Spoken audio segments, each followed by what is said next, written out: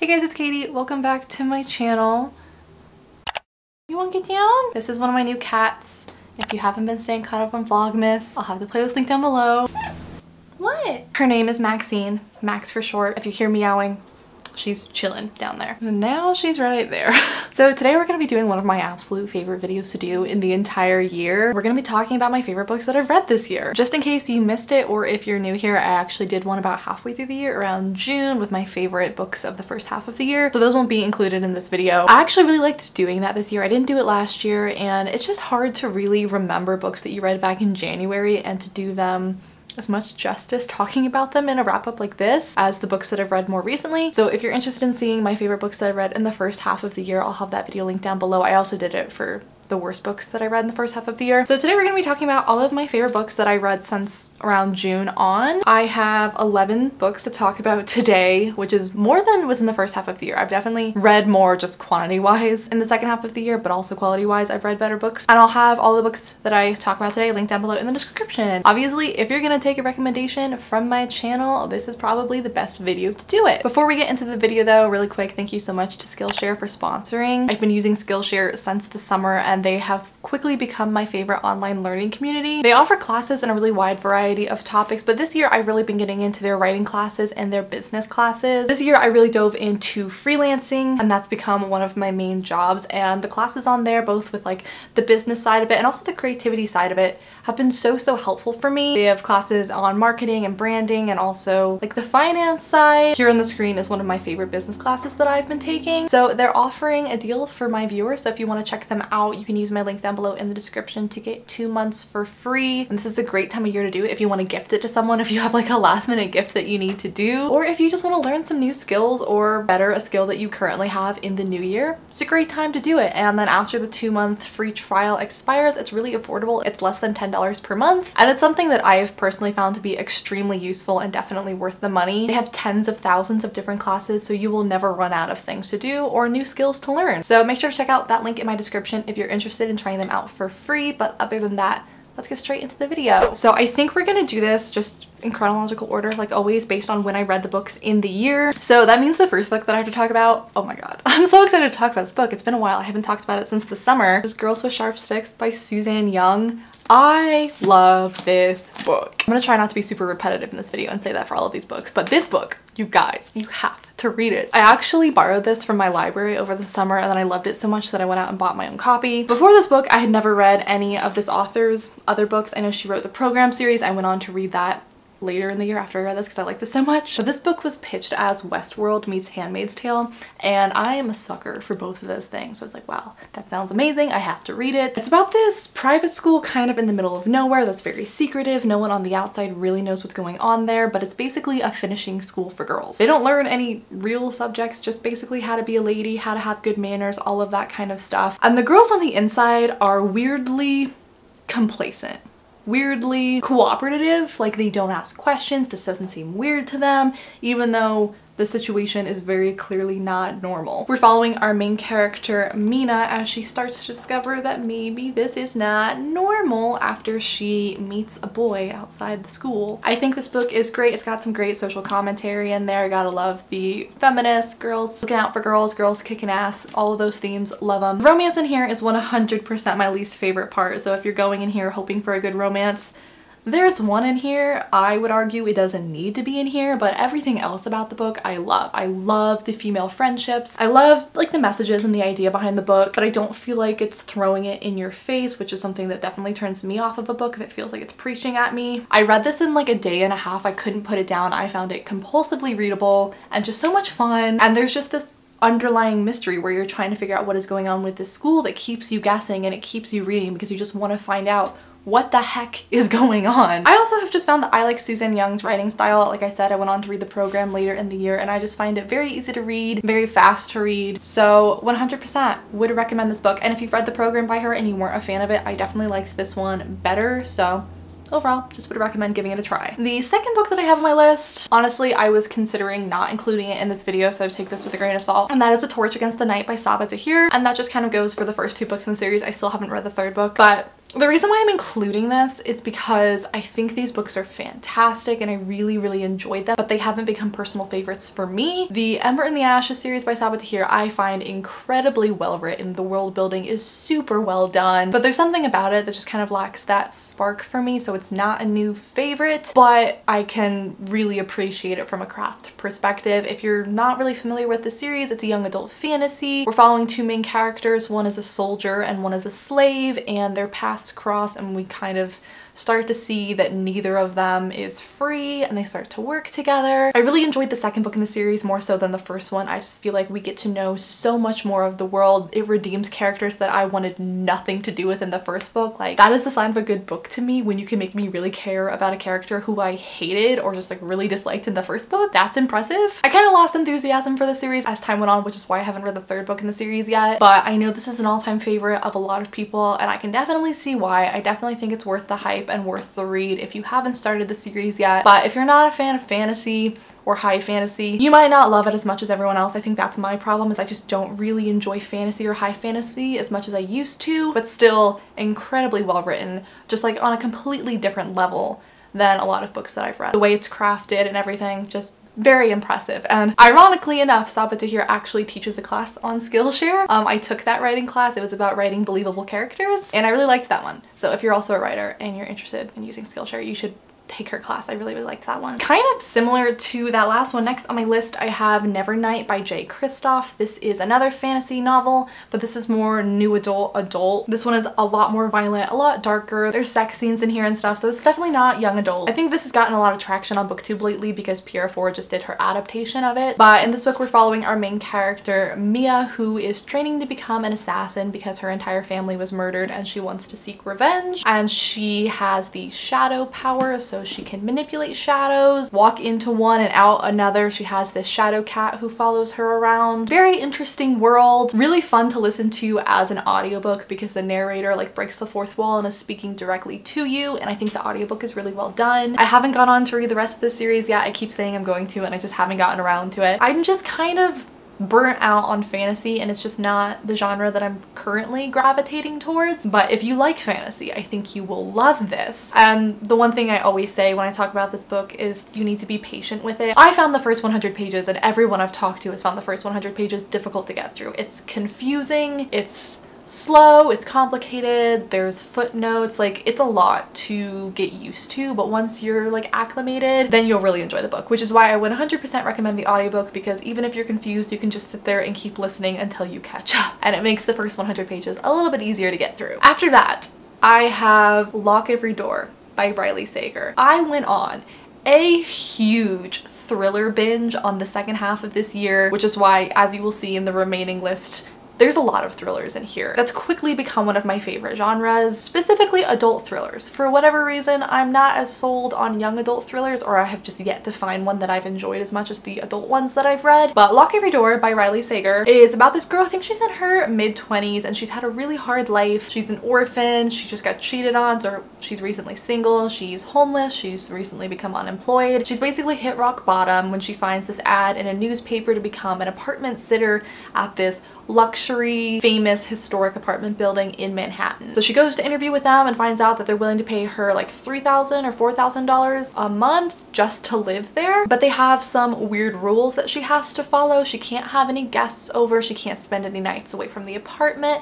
and she's not supposed to talk to anyone else in the building, like weird things like that. And as she stays there, she starts to learn more about the history of this building and how there have been a lot of bad things happening there throughout the years. I gave Lock Every Door 5 out of 5 stars. I think that goes without saying. I think I gave 5 out of 5 stars to all of the books I'm talking about today. I loved this, and I've made so many people in my real life read this book. I made my mom read it, I made my best friend read it. I just thought it was so much fun. Like, it's not the most brilliant thing I've ever read, but it was so much fun and so creepy and chilling, and the ending just like thoroughly creeped me out. It's super fast paced, which I think goes without saying also because it's a thriller. I think I finished this in 24 hours. If you're looking for something you can just finish in one sitting, this will definitely do it for you. I switched off back and forth between reading it and listening to the audiobook, and I really enjoyed both ways, so I don't think you could go wrong either way. Super fun book. It's made me interested in his other books, and I keep saying I'm going to read them. Haven't gotten to them yet, but that's definitely a goal for the new year. I want to read his other thrillers. I'm just now realizing how ironic this list is because I keep saying I don't like fantasy. I'm over reading fantasy and all of these books are fantasy. Next I have Spinning Silver by Naomi Novik. This is an adult fantasy. Actually, the month that I read this, I read so many books that I split up my wrap up by genre because I just didn't want to have to talk about all of the books in one video. So I have a sci-fi and fantasy wrap up where I go like super in depth on this book if you're interested, but this is definitely my favorite fantasy that I've read this year. Considering that I haven't been in the mood for fantasy, this was perfect. Like, I can't even put into words how freaking good this book is. This has become an all-time favorite. For sure. It's a retelling of Rumpelstiltskin. Basically, our main character, Miriam, is the daughter of a moneylender, but her dad sucks at his job. Like, he basically lends out all of his money and then he's just too nice to ask for it back, so everyone takes advantage of him, and his family is basically poor because no one ever pays him back. So Miriam one day just decides like, enough is enough, we should get our money back, and takes over her father's job and quickly realizes that she's awesome at it and starts making all kinds of money with smart business decisions, basically like the fantasy version of investments and stuff. And so as she starts to make all of this money, she catches the attention of the King of the Starks, which I think is like fairy, that's the way that I interpreted it, and they're obsessed with gold. And so they think that Miriam has some kind of magical ability to turn silver into gold and show up and demand that she start doing that for them, basically, which she's not magical, she's just smart. The book actually follows a couple of different women. We have Miriam, we have a girl who's working in Miriam's house to pay off her father's debt, we have a princess who's about to get married off to this really cruel man, and all three of these women, super strong, super intelligent, super fun to read about. All of their plot lines come together so intricately and so well done. Everything was laid out, like the groundwork, all of the foreshadowing, everything was just so artfully placed. I'm like fangirling over this book. It was so well done from like a writer's perspective. I kind of just sat there like analyzing it for a while, like, wow, she really did that. Like, she did a damn good job with that. If you like fantasy, if you like fairy tale retellings, 100% give this one a try, but don't go into it thinking it's going to be super fast paced or anything like that. It's got a lot of world building. It's a slower moving book. It's more of like a character driven book than a plot driven book, but I really recommend the audiobook for this one. I just feel like it really goes well with like the fairy tale vibe, having someone tell the story to you. I mean, I think you'll still enjoy it if you just read it physically, but honestly, the audiobook, in my opinion, is the way to go on this one. On a totally different note, next we have, I think you might be surprised that I'm including this, A Lesson in Thorns by Sierra Simone. This is a romance novel. Not that like romance is a bad thing. I got really into romance this year as well. But a little sneak peek for my least favorite books of the year, you will see that the sequel to this book I absolutely hated and was one of my least favorite books of the year. But this first book, I still highly recommend. You can totally read it and not go on to the sequel. Read the first book. Do not bother with the second one. But this first book is about sort of a polyamorous relationship. We have all of these people who grew up together as kids and then went their separate ways, and they're all coming back together as adults. And one of them is really rich and owns this gigantic manor in the countryside, and he basically employs all of his different friends to bring them back together. So our main character's name is Poe. She's a librarian. She's basically cataloging all of these old books in the house library, and they start to learn about some kind of bizarre rituals that used to happen on the property and decide, hey, let's do it. It's basically an orgy in the woods. So if you're not gonna like that, don't read it. But this book I also read in October, I think, has a very kind of Halloween-esque spooky vibe to it. The characters I found incredibly interesting. The characterization and the development with their relationships was really good in this first book. The atmosphere was really good in this book, like the manor, the countryside. I felt like I was there. I could picture it very well. And the writing surprised me more than anything else. Both because it's a romance, it's also self-published, and I just feel like not that those two necessarily equate to poor writing, but I don't ever expect the writing to be like knock it out of the park amazing. Like, that's not the thing that those kind of books are typically known for. And Sierra Simone can write. She's got a great writing style. It's very pleasant to read. I was very pleasantly surprised, and I thoroughly enjoyed this book. I was reading this actually when I hurt my foot earlier this year and I was stuck in bed for a while, and it was the perfect companion. I blew through this book like none other. Would highly recommend. Only if you are okay with smut and graphic sex scenes and stuff like that, because there is definitely that in this book, so just be aware of that. Next we have another thriller. This book was just so much fun. This book was just like a fun ride, like a roller coaster, trashy reality TV, that kind of vibe. We have The Arrangement by Robin Harding. I've also been forcing this on all of my friends and making them read it. This book is following a college student in New York City who's really struggling with money, and one of her seemingly well-off friends at school basically reveals to her that the way that she's able to afford her lifestyle is a sugar daddy, and you know, maybe she should look into this. And Natalie, being from a small town, doesn't really know anything about it, gets kind of curious and decides to go on this website to try and find a sugar daddy, which she does. The man is married. She does not know this. We get to read from both point of views, the sugar daddy and the sugar baby, which I think was such a smart decision on this writer's part. Like, seeing what the sugar daddy was thinking was crucial to this story development. And basically Natalie becomes obsessed with her sugar daddy, falls in love with him, and when he tries to break things off with her, she goes a little crazy. This book is kind of dumb, but so much fun. So much fun. If you're looking for something strictly for entertainment value, something that's gonna be really fast to read, read it.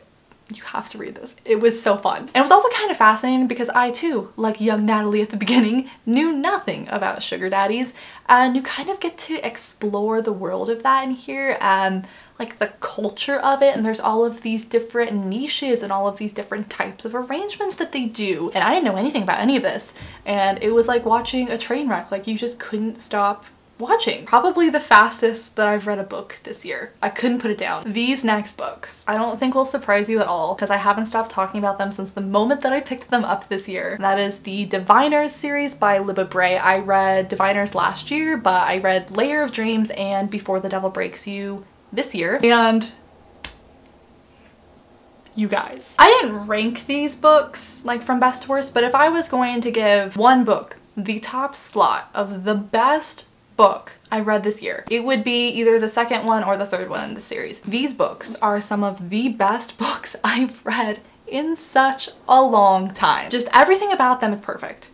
Everything about them is amazing. And you guys know me, if you've been on my channel for a long time, you know I'm kind of hypercritical of books that I read, not on purpose. I don't enjoy it. I don't enjoy being that way. I went to school for writing, so being a writer myself and also in all of those classes that I took, I was basically trained to pick apart writing. Like, that's what I do when I read now. I overanalyze it. I can't help but find all of the flaws in it. So whenever I review a book, I'll be like, I loved this, but I would have done this differently. I loved this, but this was wrong with it. I can't say that about these books. Like, I honestly can't think of anything that I would do differently. I can't think of anything that was wrong with it or anything that I didn't love about it. These books are set in the 1920s. We're following Evie O'Neill, who's a diviner. She has a psychic power. If she touches a personal object of someone, she can see their memories or secrets. And as we get later in the series, we start to meet other diviners who have other powers. In the first book, she's trying to track down a serial killer, but the plot really evolves past that as the series goes on. The second book is more about this epidemic. It's a sleeping sickness. People are falling asleep, getting trapped in their dreams, never waking up, and then eventually dying from it. In the third book, we start to see like a lot of ghosts and stuff. Perfect to read around Halloween, very spooky, like genuinely very creepy and scary. Probably the most chilling books that I've read this year. We follow a ton of different characters. It's a very diverse cast of characters. The writing is amazing. The plotting is so intricate and amazing. Like, everything is just so well thought out. And I love how historically accurate this was. Like, you can really tell that she did her research. She's not trying to romanticize this time period. Because I feel like a lot of people do that. A lot of books especially do that for the 20s, like, oh, it's all speakeasies and flappers and it's fun. And this book's like, no, it's like the Chinese Exclusion Act and eugenics and discrimination and racism. Really good series. I've also had some people comment on videos in the past where I talked about the series asking about Libba Bray's previous books. I've tried to read Libba Bray's books before. I've tried to read Beauty Queens. I've tried to read A Great and Terrible Beauty, and I didn't like any of her previous books. Just gonna throw that out there. Was not a fan, like, at all. It's not like they were okay. I like did not like them, and I love this series. So if you're in a similar boat, I still think it's worth trying the series. I think they're a lot better. Honestly, I was shocked that I liked these books so much. That's why it took me so long to pick up the first book in the series, because I didn't like her other books, and I was like, probably not for me. I was wrong. I also think that the series gets better after the first book. The first book is still really fun, but the story just gets so much more complex and in-depth and intricate from book 2 on. And you also get way more characters to follow. So if you don't like Evie in the first book, she becomes a little less in your face as the series goes on because you're not just following her. Basically what I'm saying is, if you haven't read her books, start with these. If you've read them and didn't like them, try these. And if you read the first book and it was okay, didn't love it, keep going. Next we have another thriller, The Turn of the Key by Ruth Ware. This is another one that seems to be a hit or miss with people. I really enjoyed this one. I listened to it entirely on audiobook, would totally recommend reading it that way. This is about a live-in nanny who moves to the Scottish Highlands to live in basically a smart house and look after these children while the parents are away. So there's cameras all over the house, everything can be controlled from an app, and she has been informed by one of the small children that there are ghosts and the place is haunted, and that has scared off all of the previous nannies. This book is incredibly atmospheric, incredibly spooky and creepy. Considering it's a thriller, it is slow paced. It's kind of like a slow build horror movie. It's just creepy, and all of these little weird things start to add up and you're trying to figure out what's going on. You're either gonna love or hate the ending. Personally, I loved it. I can see why people were super disappointed with it though, but it 100% worked for me. This is another one where I would recommend listening to the audiobook. I didn't try reading this one physically, so I don't know how that experience would be, but I just found hearing it to be super chilling. We start off with our main character writing letters to her attorney from prison because one of the children that she was nannying ended up dead and she can't explain what happened. So you know off the bat that someone's dead, and so the entire time you're trying to figure out like, how is this kid gonna die? Is it because this house is haunted and something supernatural is happening? Did this girl do something wrong? Like, what happened? Did one of the other characters that we meet kill her and try to frame the nanny? Like, what is going on? So good. So good. Next, I just kind of wanted to throw in an entire series, and that is the Cruel Prince series by Holly Black. I know it's technically called like the Folk of the Air series, but I'm gonna keep calling it the Cruel Prince series. It's ironic because I actually read all 3 books this year. I didn't realize that, and then I was looking at my Goodreads and I did. I started it back I think in like March or so, and The Queen of Nothing I didn't love actually. I have a full like spoilery reading vlog up of it if you've seen that, but looking back on it and looking back at all of the books that I've read this year, I decided to include these in this video because this series is just one of my favorite experiences that I've had this year. I just really enjoyed these books. It's been a while since I've been so into a series that like I couldn't wait for the next book to come out. I read the first 2 like back to back in 2 days, and then I was dying for the 3rd book. Like I was just super invested in this series. I got super invested with the characters and the relationships, and I fell in love with this world. And so even though none of them like individually are my favorite books, the series overall was just so much fun and so different from things that I've been reading lately that I just really enjoyed this series. The Cruel Prince is about our main character Jude. A fairy murdered her parents and then kidnapped her and her sisters to go grow up in the fairy world with him. And I think the series is most well known for the hate to love, enemies to lovers trope in here. Highly toxic, highly problematic if you're trying to compare it to a healthy and functional relationship, but fun as hell to read about. If you haven't started the series yet, I would definitely recommend it. I had a good time. It was a good time. And now we're down to the last book on my list for my favorites that I've read this year. This one I actually just finished not too long ago, and that was Recursion by Blake Crouch. Another thriller. Actually, this one might be more like science fiction. Science fiction thriller. This is my 2nd book of Blake Crouch's that I've read. I read Dark Matter maybe 2 years ago, maybe last year. I have no concept of time anymore. People keep asking me which one I like more. I don't know. They're both amazing. They're both some of the best books I've ever read. You have to read both of them. That's all you need to know. But Recursion, we're following 2 different characters. One of them is a police officer and one of them is a scientist. And they're living in this world where false memory syndrome exists. So basically people become like tortured by memories of a life that they never lived. Like this woman is convinced she was married to this man. She can remember every second of their wedding and their children and stuff.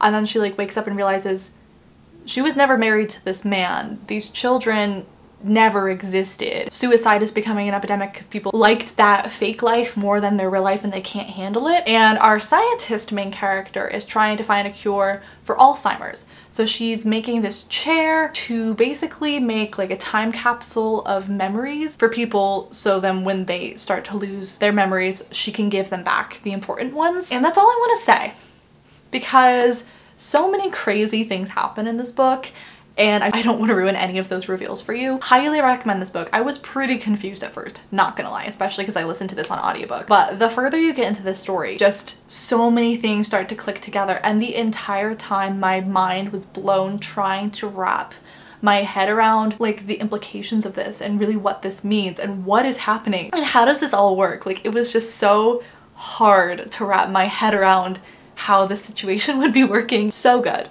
highly recommend this one. So yeah, those are all of my favorite books that I've read in the second half of this year. Like I said, I'll have part 1 linked down below if you want to see my favorite books from the first half of the year, as well as I guess I'll link my least favorite books of the first half of the year down below as well. Keep your eyes peeled. I will have my least favorite books of the second half of the year coming out very, very soon. Luckily, I had way more favorites to talk about this year than I will have in my least favorite books. But don't you worry, I'm sure that one will be just as long because I have a lot to say about those books. So yeah, thank you guys so much for watching. I hope you're having an awesome end to your year. I would love to know what your favorite book or favorite books, if you can't choose one, of this year have been down below in the comments so I can add them to my TBR for next year. Or feel free to tell me a book that you hated this year. I always like hearing that as well. If you're new here, I would love it if you would subscribe and stick around. I put up at least 2 to 3 new videos every single week, and over the month of December I've been doing Vlogmas.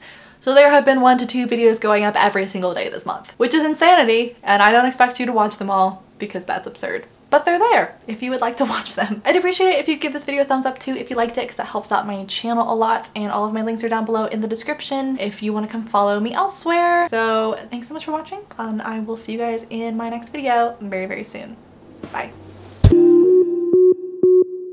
So hit me.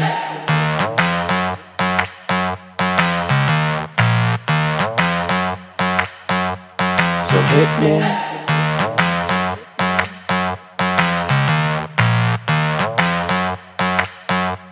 So hit me. First a confession. With you I feel a connection. With